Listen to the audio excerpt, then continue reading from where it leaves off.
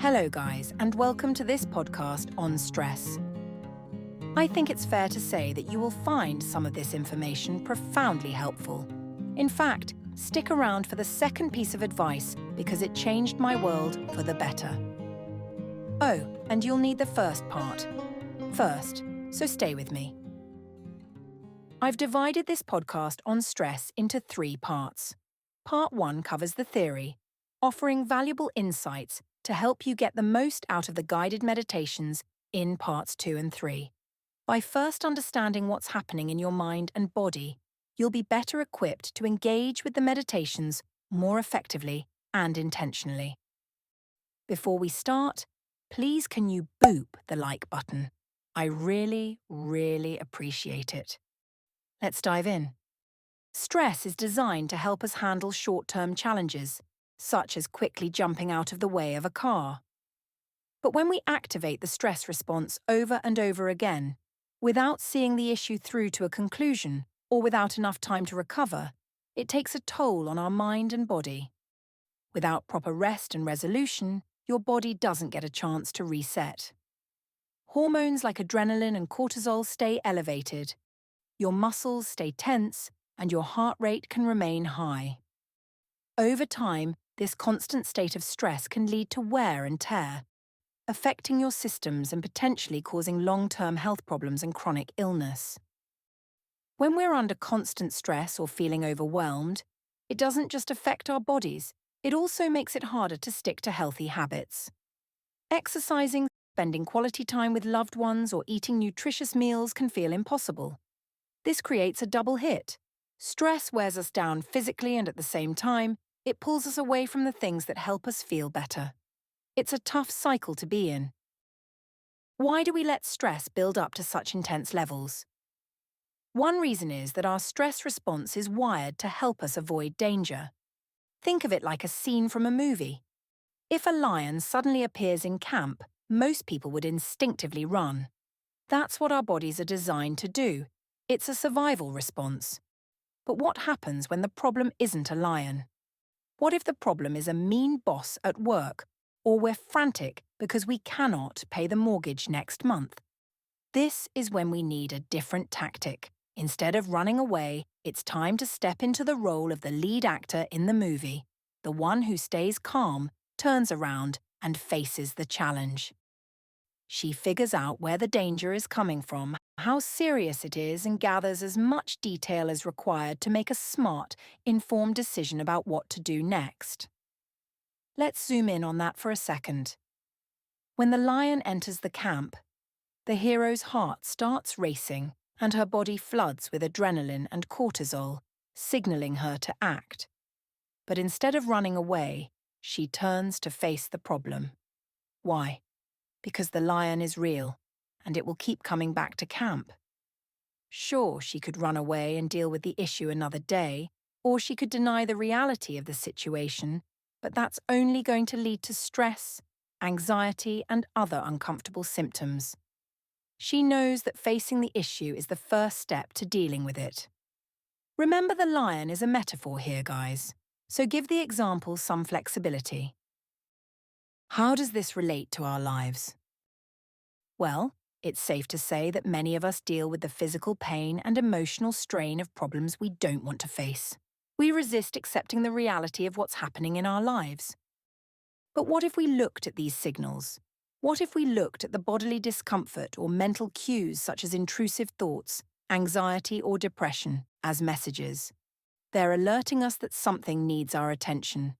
By acknowledging them as a call to action, we take the first step towards facing and addressing our reality. The difference between the hero and everyone else who gets eaten is that everyone else's stress or fear takes full control of their whole physiology. There is no thinking, they just run. The issues we face today are not always those that require this type of resolution, such as jumping out of the way of a car.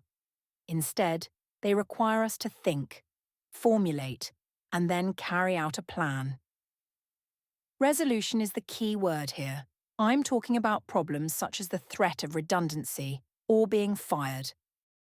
I'll give you an example of what I did in such a situation in a moment. So, if I've explained this well, you can see that stress shows up in our minds and bodies for a reason. It's an alarm bell. It's not something we can ignore or fix by taking a walk, a nap, or even meditating.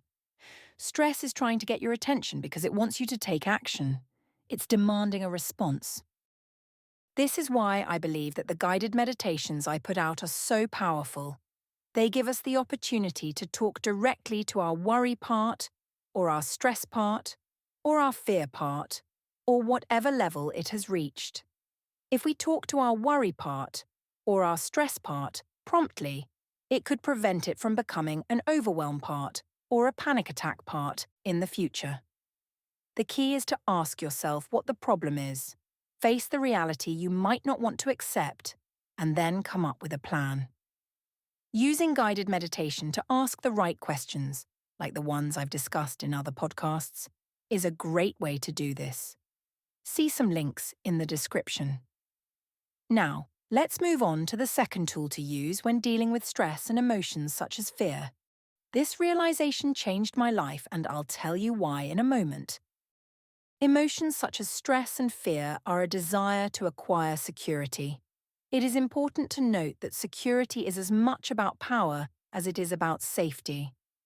We often think of security and safety as characteristics like kindness and compassion, but to truly feel safe and take the necessary steps to heal, we also need to tap into our power. When we connect with our power, we gain the confidence to face challenges head-on. It gives us the self-assuredness to confront tough situations and find a way to move forward. Think about a secure building. It has an alarm system that goes off when there's an intruder. When the alarm sounds, it isn't ignored. A guard goes out to look for the problem. The guard is confident and prepared, ready to face the issue head-on. He isn't trying to people-please or put everyone else's health above his own. He isn't being gentle and compassionate, though he may be a really gentle and compassionate guy. No, in this situation, he has his game face on, and he is walking with confidence and courage. Of course, sometimes people come to the door of the building and the security guard greets them with kindness, but other times, situations arise where being nice or ignoring the problem just doesn't work. I'm dramatizing a bit to make a point, and I hope you get what I'm trying to say. I want you to understand the connection between the alarm and the guard. The alarm signals that something is wrong, and the guard faces the issue head-on. If he didn't do his job every day, the building would be a mess. In this situation, we can use the alarm to signify our stress levels and symptoms, and we can use the guard to symbolize our true self in this situation. In IFS, the true self is the core part of you that is calm, compassionate, curious, confident, and connected. It has the characteristics of the 8 C's. See my video about the 8 C's in the description below or in the IFS playlist. Your true self is the part of you that remains steady and centered, no matter what challenges or emotions you face. Your true self can heal and support other parts of you with wisdom and understanding, helping to create balance and harmony within your internal system. Most people lean more toward one side, either being more offensive or the other side being more passive. In the healing world, we often talk a lot about compassion and gentleness, and while they're important, they aren't the whole picture. We also need to know how to tap into our power and use it to face both internal and external fears and challenges. When I say power, I mean your power. That could be a quiet, composed, low-key power. It doesn't need to be a loud power at all. My recommendation is that for every guided meditation you do for a part such as stress, anxiety, or depression, combine it with one of my guided meditations for true self, so that you are bringing the most useful version of self to the table to help support a specific part. Is it the teacher side of self? Is it the hero side of self?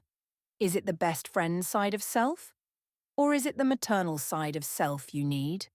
Or a combination of a few? An example of this learning for me was when I was suffering from depression, anxiety, and a raft of other illnesses. I wasn't in employment or on benefits, and my savings were running out. I was afraid of my life falling apart. One day, I realized that my power was just as important to my healing as my compassion and support. I made a decision. I talked to my parts with a newfound confidence, and what I discovered blew me away. My fear part was afraid of losing my career, my house, and my lifestyle. But more than that, it was afraid of being out of control. My part told me that it didn't want to lose the house and everything else, but it could if we had to. It accepted that because of illness, this could be our new reality, and it could handle it because it was the awful truth. What it couldn't handle was the situation being completely out of control. It just couldn't cope with that. As our conversation continued, we agreed to treat the future as a business might. We would plan for a downward turn, but hope for and continue to work on a reprieve. I came away realizing that I had to plan for my worst fears to come true, because at that moment in time, it was a reality. So I calculated the amount of money I needed to get by each month, no more, no less. I got quotes from builders for all of the jobs on the house that needed doing, so that when the time came to sell, the house would be sellable. I figured out how long I could stay in the house before I had to put it up for sale, and I also looked at other houses in different areas to see what type of place I could afford to move into. And I continued. I planned for everything to fail. I didn't like it, but I did it. And as I did, I started to feel calmer. I continued to talk to my anxious part and my fearful part with the confident and compassionate part of myself, and I faced all of the big and awful realities in my life, head on. I also left space in my projection and planning for good things to happen and for my life to turn around. This is important to note, and my confident and calm self helped me to understand this. Basically, I planned for the good, the bad, and the ugly, and my parts and my nervous system thanked me for it. The very act of planning for my fears to come true gave me a feeling of being more in control. Not total control, of course. Just having a better grip on my circumstances. From there, I worked on improving my confidence, or should I say my true self, and I also worked on my parts. I really hope that you take some time to work on this and develop your felt sense of confidence and power. You'll notice how much easier it is to mount a lasting offense against your inner and outer fears. Each day now, I consciously recognize and tackle my biggest headache as a priority. It's a slightly different approach to what we usually learn, so I'm curious to know what you think, if you think it could be useful to you and your journey. I'll add some links to other useful videos in the description below to help you continue with your journey. And as parts 2 and 3 of this series come out, I will add them also. And there you have it, another emotional podcast that I deeply hope is useful to you. Thank you so much for listening, guys, and please, if this video made sense to you or helped you in any way, give it a thumbs up and subscribe. It would mean the world to me. Until the next podcast, I leave you in the capable hands of your true self. So, take care of yourself and your inner family.